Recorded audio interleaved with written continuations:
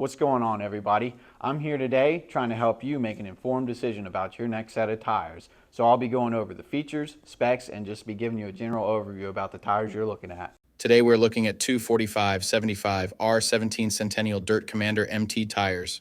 This is a Centennial brand tire. It is from the Dirt Commander MT series that they offer.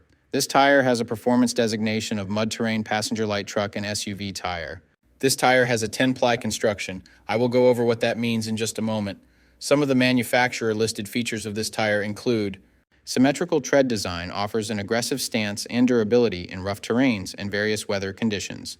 Large tread lugs create a wider contact patch for optimum traction. High void ratio provides effective clear-out for greater control and stability. Aggressive shoulder lugs allow for confident navigation of rocky terrains. Stone ejectors help dislodge stones and provide excellent puncture resistance. Heavily siped tread for greater control in wet conditions. So to start, we will look at the tire size. This is one of the most important parts, if not the most important part of your tire shopping journey, because if you order the wrong size, they more than likely won't work on your vehicle. This tire size should be showing on the screen right now. So let's work from left to right and break down what these three numbers mean. There's a lot of numbers thrown around when it comes to tire sizing, but let me explain to you what each of these means. The first number is for the section width of the tire. The section width of 245 in this sequence refers to the tire's width in millimeters. In other words, this tire is 245 millimeters wide, from sidewall to sidewall. The second number in the tire size refers to the aspect ratio. 75 in the sequence is the aspect ratio of the tire. The aspect ratio is a percentage, and it tells you the ratio of the tire's height to its width. In this example, the aspect ratio number 75 means that the tire's height is 75% of its width. The third and final number of your tire size refers to the rim size or diameter. 17 is the diameter of the rim this tire will go on. The rim size of 17 in this scenario indicates that this particular tire would fit a rim with a 17-inch diameter. Keep in mind, this number is not negotiable. Unlike the first two numbers, you can't upsize and downsize this part. The only time this number will be different is if you are actually changing the size of your rim. So for example, if you find a fantastic deal on a set of 265/70 R17 tires, you absolutely cannot use them in place of your current 265/70 R16 tires, unless you are actually changing the rim size also from 16 to 17. Now, let's get into the other important info on a tire.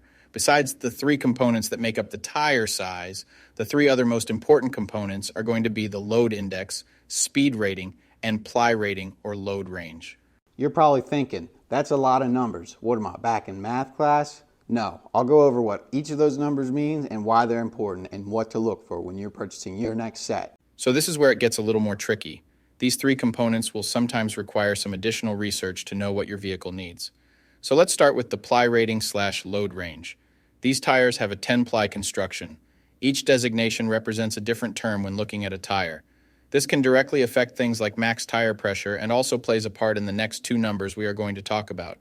When in doubt of the rating your vehicle requires, in most cases it is safe to go with the same rating your vehicle currently has, as long as it was replaced with the correct spec of tire last time they were replaced. Now let's talk about the other two components, load index and speed rating. Next to your tire size, you will see a number and letter combination like 121Q.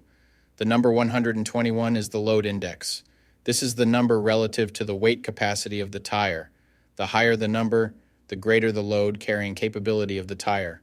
Load index ranges from 0 to 150.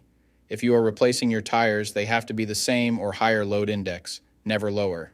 For example, if your current load index is 121, a tire of the same size with a load index of 124 would work for you, but not a tire of the same size with a load index of 118.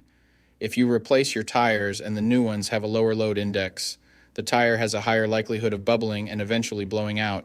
So make sure you pay attention to this when buying your set.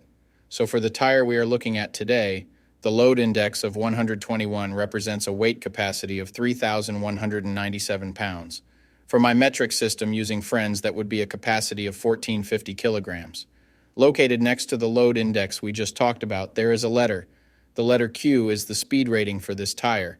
This is the maximum speed sustainable for the tire. Each letter has a corresponding speed rating approved by the Department of Transportation and the tire manufacturer. Alphabetically, the speed rating increases as the letters advance from A to Z, except for the letter H, which we'll explain in a minute. The most common speed ratings range from L, 75 miles per hour, to W, 168 miles per hour. High-performance racing tires speed rated 168 miles per hour or higher are marked ZR.